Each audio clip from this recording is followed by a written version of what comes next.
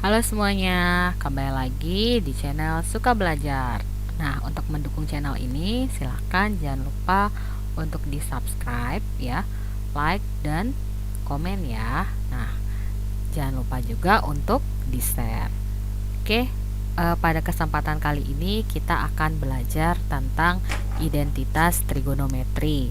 Nah, identitas trigonometri sendiri itu dibagi menjadi 3.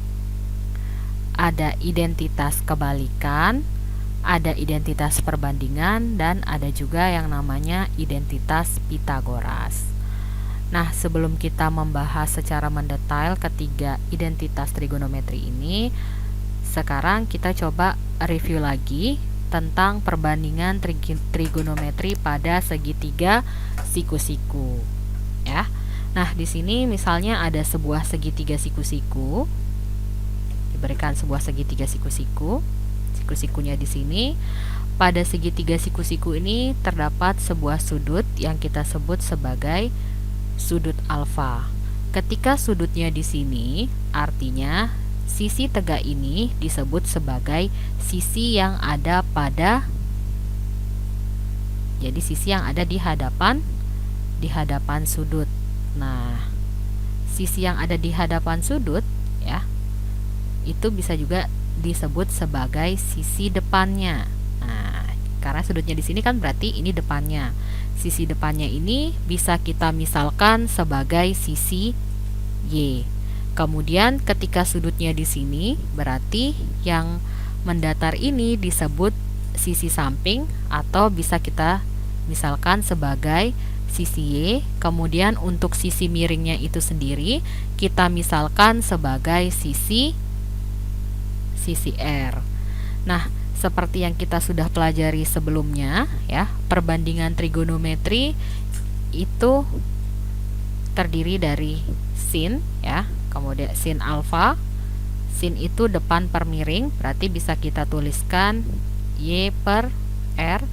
Kemudian untuk cos alfa itu samping per miring, bisa kita tuliskan samping miring, berarti X per R. Kemudian untuk tan itu sendiri bisa juga kita tuliskan sebagai desa depan per samping, berarti Y per X.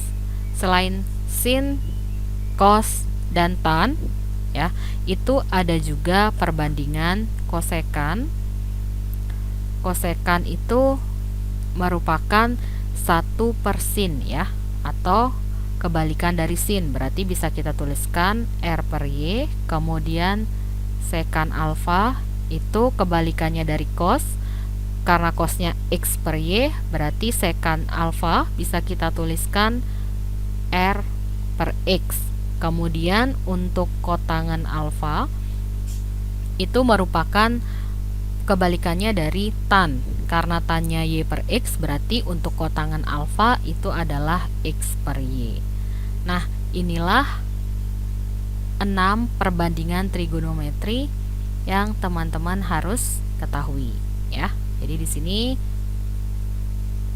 udah harus dihafal nih. Nah, biasanya untuk menghafalnya itu cara ngapalnya gampang. Sin demi artinya sisi depan per sisi miring. Kemudian cos sami ya, samping per miring. Kemudian tan desa, depan per samping. Nah, untuk kosekan, sekan, dan kotangan itu tinggal ingat aja. Sin itu kebalikannya kosekan, cos kebalikannya sekan, tan kebalikannya kotangan. Nah, selanjutnya kita akan bahas inti dari materi hari ini adalah identitas kebalikan. Nah, identitas kebalikan itu bisa kita mulai dari sin ya. Seperti yang kita ketahui, sin alfa itu bisa kita nyatakan dalam perbandingan Y per R.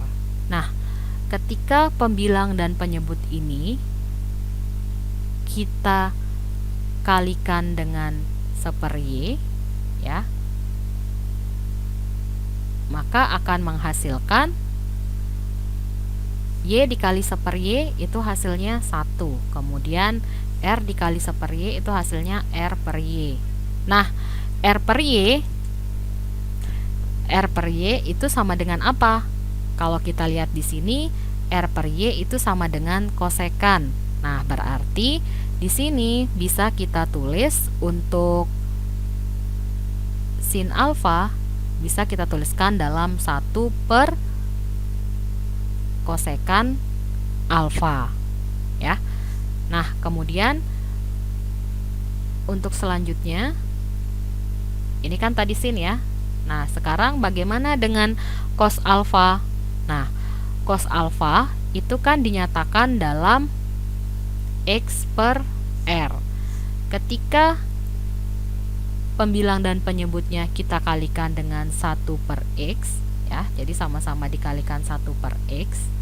Nah, di sini berarti X dikalikan X dikalikan 1 per X itu hasilnya berapa? Hasilnya 1. Kemudian R dikalikan 1 per X itu bisa kita tuliskan R per X. Seperti yang kita ketahui, R per X ini nilainya sama dengan sekan, ya. Berarti R per X ini bisa kita ganti menjadi sekan, ya. Jadi 1 per sekan alfa. Nah, di sini kita peroleh kalau cos alfa itu bisa dinyatakan dalam kalau cos alfa itu bisa dinyatakan dalam 1 per sekan alfa. Nah, sekarang untuk tan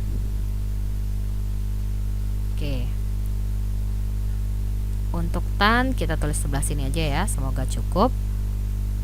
Tan alfa itu kan dalam bentuk Y per X.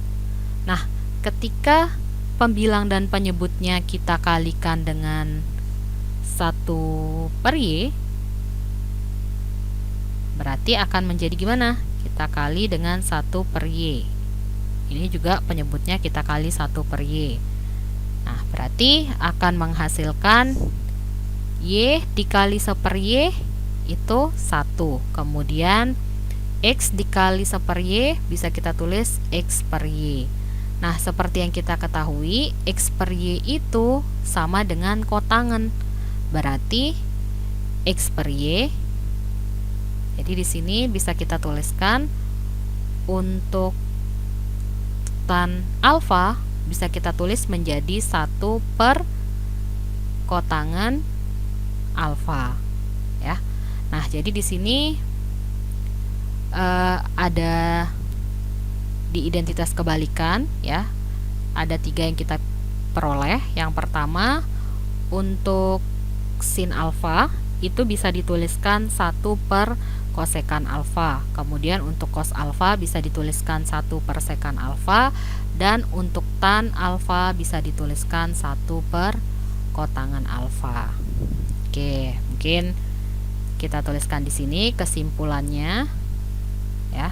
Jadi kesimpulannya,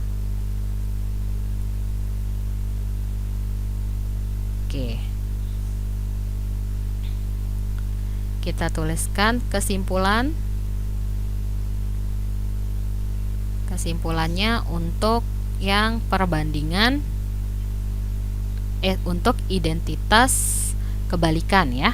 Jadi kesimpulan untuk identitas kebalikan tadi kita peroleh pertama, untuk sin alfa itu bisa dituliskan menjadi 1 per kosekan alfa, ya. Jadi bisa dituliskan 1 per kosekan alfa. Kemudian yang kedua, untuk cos alfa itu bisa dituliskan menjadi 1 per sekan alfa. Yang ketiga, untuk tan alfa itu bisa kita tuliskan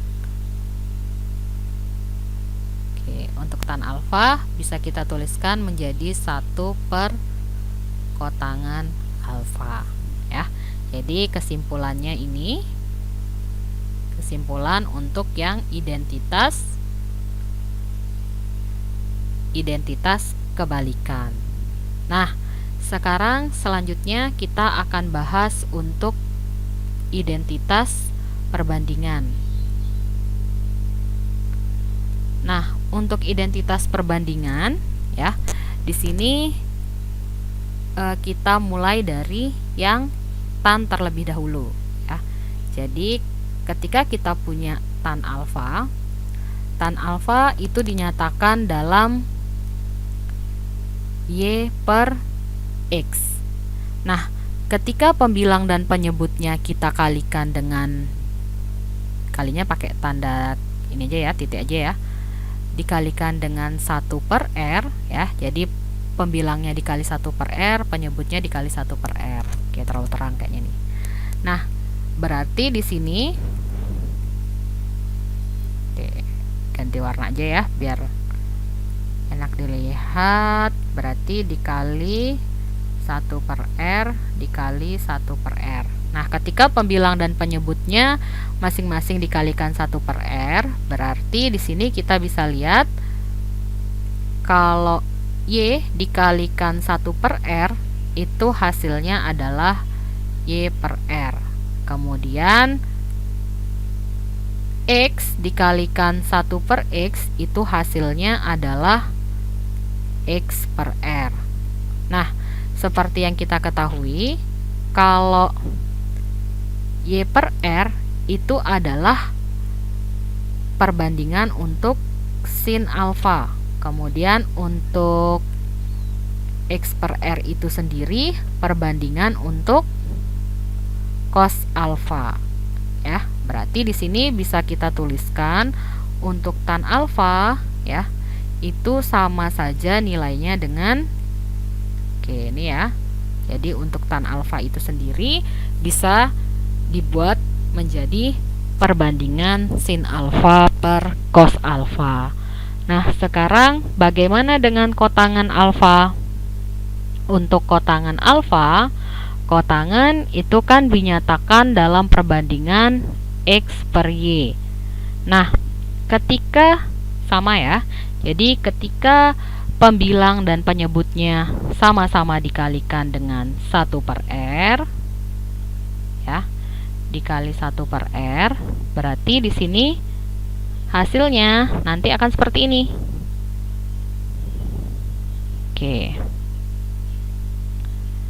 X dikali 1 per R hasilnya adalah apa adik-adik? Hasilnya adalah X per R. Kemudian Y dikali 1 per R hasilnya Y per R. Nah, seperti yang kita ketahui, untuk X per R itu sendiri merupakan perbandingan dari cos alfa. Kemudian untuk Y per R sendiri itu merupakan perbandingan dari sin alfa. Nah, dari sini kita peroleh untuk kotangan alfa itu nilainya bisa kita tulis sama dengan cos alfa per sin alfa. Jadi kesimpulan untuk identitas perbandingan ya. Kesimpulan untuk identitas perbandingan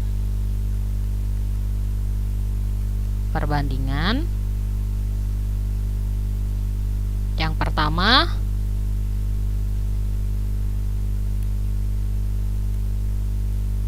untuk tan alfa bisa dinyatakan dalam sin alfa atau sin alfa per cos alfa. Kemudian untuk kotangan alfa bisa dinyatakan menjadi cos alfa per sin alfa. Nah, sebenarnya teman-teman bisa atau cukup mengingat tan alfa itu sama saja dengan sin alfa per cos alfa. Untuk kotangan tinggal diingat saja, karena kotangan itu merupakan kebalikan dari tan, berarti otomatis perbandingan yang ini juga berlaku sebaliknya. Tinggal dibalik aja. Oke? Nah, selanjutnya perbandingan yang ketiga itu perbandingan Pitagoras. Nah, kenapa dinamakan Pitagoras? Ya, karena di sini kita mengambilnya dari teorema Pitagoras. Nah, teorema Pitagoras itu kan berlaku jumlah kuadrat sisi siku-siku. Jadi sisi siku-sikunya ini ketika ini sudut alfa ya, siku-sikunya ini, berarti sisi yang ini kita sebut Y, sama seperti tadi ya. Ini X, kemudian ini R. Patokannya adalah sudut alfanya ini. Nah, di sini pada teorema Pitagoras itu berlaku jumlah kuadrat sisi siku-siku sama dengan kuadrat sisi miring. Nah, berarti jumlah kuadrat sisi siku-siku artinya X kuadrat ditambah Y kuadrat itu sama dengan kuadrat sisi miring, berarti R kuadrat. Nah, kemungkinan yang pertama itu ketika semua ruasnya itu dibagi dengan R kuadrat. Nah, dibagi dengan R kuadrat. Ketika semua ruas pada persamaan trigonometri ini, ketika semua ruas pada teorema Pitagoras ini kita bagi dengan R kuadrat ya, maka akan menghasilkan seperti ini. Jadi X kuadrat ditambah Y kuadrat sama dengan R kuadrat. Nah, ini kan semuanya kita bagi dengan R kuadrat ya. Berarti jadinya per R kuadrat per R kuadrat per R kuadrat. Nah, untuk X kuadrat per R kuadrat bisa kita tulis menjadi X per R dikuadratkan. Kemudian Y kuadrat per R kuadrat bisa kita tulis Y per R kuadrat. Kemudian R kuadrat per R kuadrat itu sama dengan 1. Nah, selanjutnya untuk X per R ya, di tadi X per R itu sama dengan apa? X per R itu sama dengan cos. Nah, berarti di sini bisa kita tuliskan cos alfa dikuadratkan. Kemudian untuk Y per R sendiri itu sama saja dengan sin alfa dikuadratkan sama dengan 1. Atau ini bisa juga kita tuliskan cos kuadrat alfa ditambah sin kuadrat alfa sama dengan 1. Atau biasanya kita mulai dari sin ya. Jadi sin kuadrat alfa ditambah cos kuadrat alfa sama dengan 1. Nah, inilah perbandingan trigonometri pertama yang kita peroleh ya. Jadi ini perbandingan trigonometri pertama yang kita peroleh pada identitas Pitagoras. Bukan perbandingan trigonometri ya. Jadi maksudnya itu identitas trigonometri. Oke, sekarang yang selanjutnya ya. Ini yang pertama. Kemudian bagaimana jika dari persamaan X kuadrat plus Y kuadrat sama dengan R kuadrat, itu bagaimana jika semua ruasnya dibagi dengan X kuadrat? Kalau tadi kan dibagi sama R ya. Sekarang bagaimana kalau dibagi X kuadrat? Nah, berarti di sini X kuadrat ditambah Y kuadrat sama dengan R kuadrat. Nah, di sini kan tadi semua ruasnya akan dibagi oleh X kuadrat. Nah, berarti untuk X kuadrat per X kuadrat itu kan hasilnya 1 ya. Hasilnya 1 ya. Kemudian untuk Y kuadrat per X kuadrat bisa ditulis Y per X kuadrat. Kemudian R kuadrat per X kuadrat bisa ditulis R per X kuadrat. 1 ditambah Y per X itu sama aja dengan tan alfa ya. Jadi tan alfa dikuadratkan. Kemudian R per X itu sama dengan sekan ya. R per X itu sama dengan sekan alfa dikuadratkan ya. Jadi sekan alfa dikuadratkan. Atau bisa juga kita tuliskan 1 plus tan kuadrat alfa sama dengan sekan kuadrat alfa. Nah, jadi ini identitas trigonometri yang kedua yang kita peroleh dari teorema Pythagoras. Nah, sekarang bagaimana ketika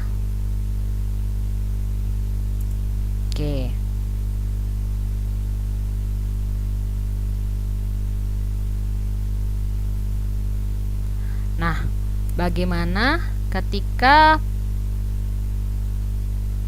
Pythagoras ini, teorema Pythagoras yang x kuadrat ditambah y kuadrat sama dengan r kuadrat, itu semuanya ya, semua ruasnya kita bagi dengan, nah kalau tadi kan pertama sudah dibagi r kuadrat, kemudian dibagi x kuadrat. Nah, sekarang bagaimana kalau semua ruasnya itu dibagi dengan y kuadrat?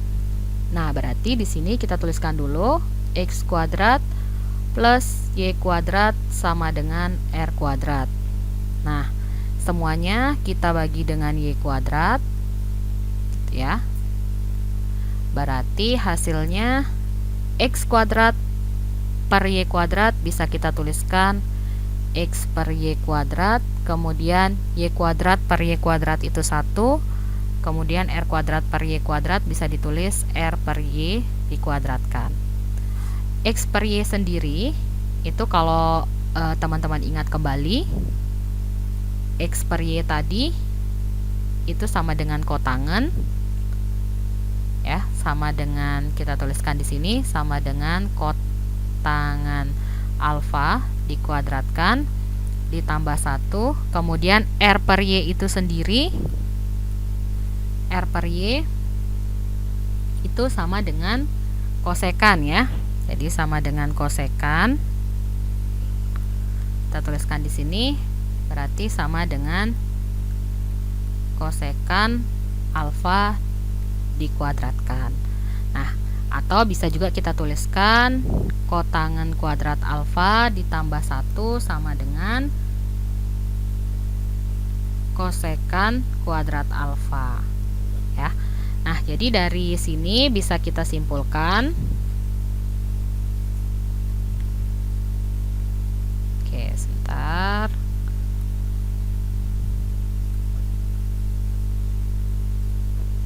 Oke, jadi dari sini kesimpulan untuk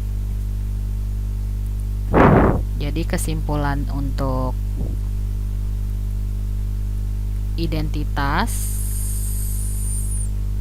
trigonometri yang kita peroleh dari Pythagoras. Yang pertama, tadi kita peroleh sin kuadrat, ya, sin kuadrat alfa ditambah cos kuadrat alfa sama dengan 1. Jadi sin kuadrat alfa ditambah cos kuadrat alfa sama dengan 1.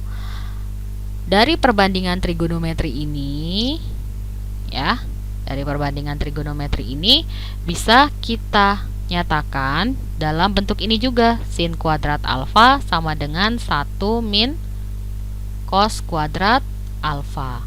Atau bisa juga kita nyatakan dalam cos kuadrat alfa sama dengan 1 min sin kuadrat alfa. Jadi ini hanya memindah ruas sin dan cosnya ya. Oke, semoga bisa dipahami ya. Dan yang kedua tadi itu kita peroleh 1 plus tan kuadrat alfa sama dengan sekan kuadrat alfa. Jadi tadi diperoleh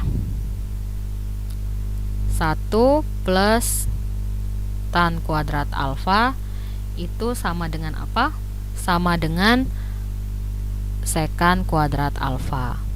Atau ini bisa juga kita tuliskan dalam bentuk tan kuadrat alfa sama dengan sekan kuadrat alfa min 1. Jadi satunya pindah ruas ya. Kemudian yang ketiga tadi 1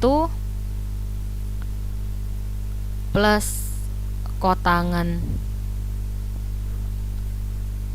kuadrat alfa ini ya. Jadi kotangen kuadrat alfa plus 1 atau 1 plus kotangen kuadrat alfa itu sama saja ya. Jadi 1 plus kotangen kuadrat alfa itu sama dengan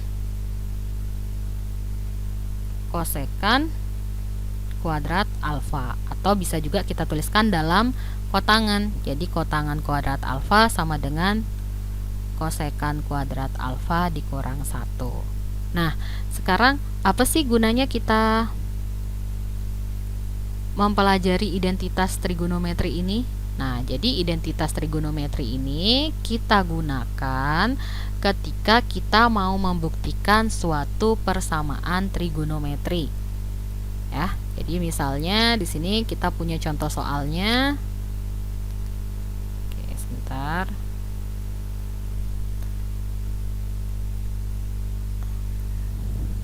Oke.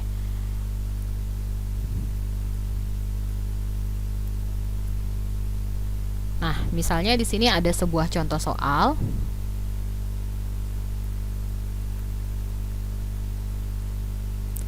Yang pertama,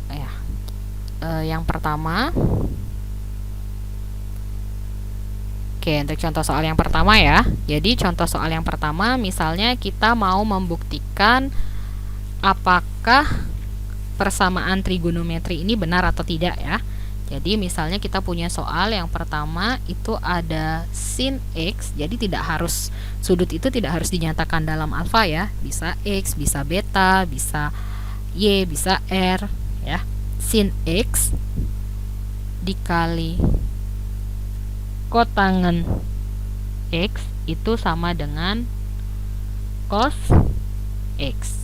Nah, misalnya kita disuruh membuktikan ini ya. Jadi misalnya kita disuruh buktikan apakah persamaan ini benar atau tidak ya. Nah, berarti di sini untuk membuktikan persamaan ini benar atau tidak ya, kita bisa gunakan identitas trigonometri ya. Jadi kita coba jawab.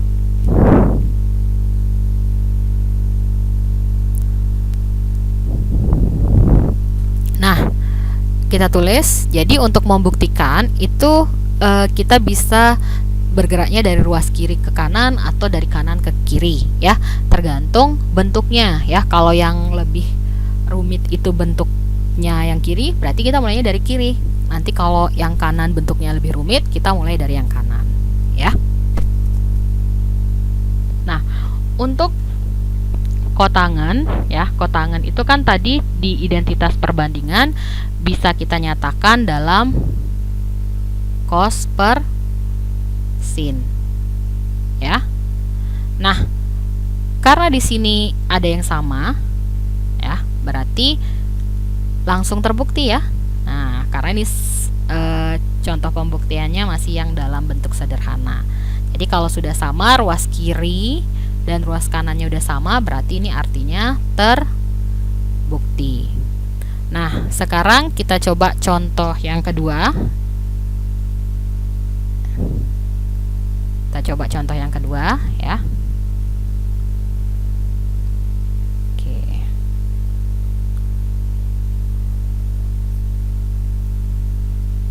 Oke, sebentar, kita coba contoh yang kedua. Nah, misalnya yang kedua ini kita diminta buktikan 1 per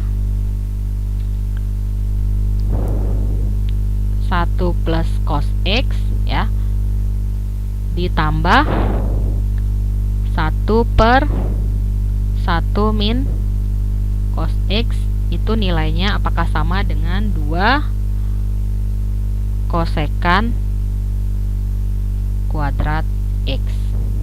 Nah, di sini ya, kita perhatikan yang lebih rumit itu kan bentuknya adalah yang ruas ini ya, ruas kiri.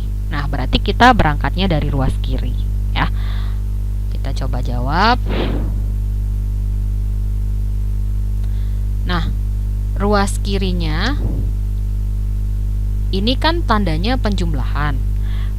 Penjumlahan bisa dioperasikan ketika penyebutnya itu sama. Nah, coba kita perhatikan di sini kan penyebutnya belum sama ya. Ini penyebutnya 1 plus cos X, ini penyebutnya 1 min cos X. Nah, bagaimana caranya supaya sama? Supaya mudah, tinggal kita kalikan silang saja. Jadi, ini dikali ke sini ya, kemudian ini dikali ke sini, dan yang ini dikali ya. Nah, berarti 1 dikali 1 min cos, hasilnya dirinya sendiri ya, 1 min cos X. Kemudian 1 dikali 1 plus cos X, 1 plus cos X juga. Aduh. Nah, per tadi ini dikalikan juga ya. Jadi 1 plus cos X dikali 1 min cos X.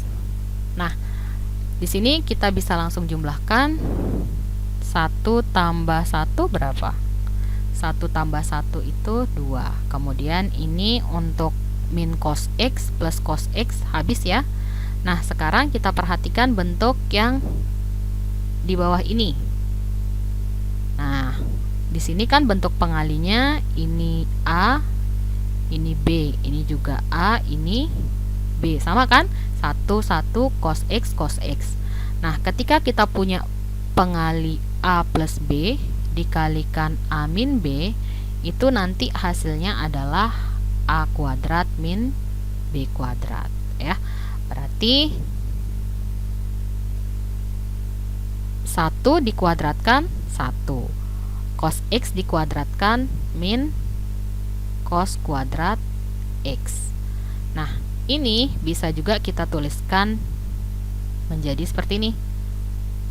2 dikali 1 per 1 min cos kuadrat X. Nah, sekarang kita cari cos kuadrat 1 min cos kuadrat X itu sama dengan apa? Nah, 1 min cos kuadrat X. Nah, ketemu nih. Nih ya.